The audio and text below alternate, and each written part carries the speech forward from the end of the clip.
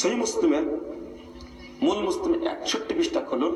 রাসূল সাল্লাল্লাহু আলাইহি ওয়াসাল্লাম বলছেন, অনেকগুলো হাদিস সব অনুবাদ করলে সময় চলে যাবে।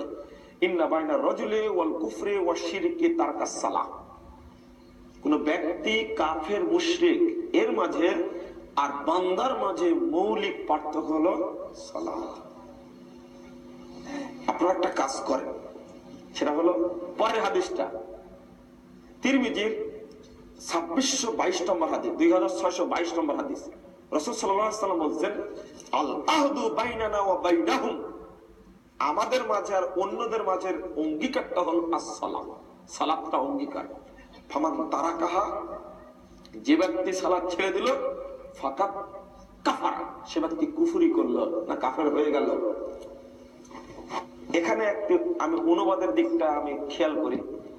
মান তারাকাস সালাত ফাকাত কাফারা, কিছু জাল হাদিসও আছে, এর মর্মে যঈফ হাদিসে কিছু আছে, তবে এটা তো সহিহ হাদিস। যে ব্যক্তি সালাত ছেড়ে দিল সে কাফের হয়ে গেল না কুফরি করলো?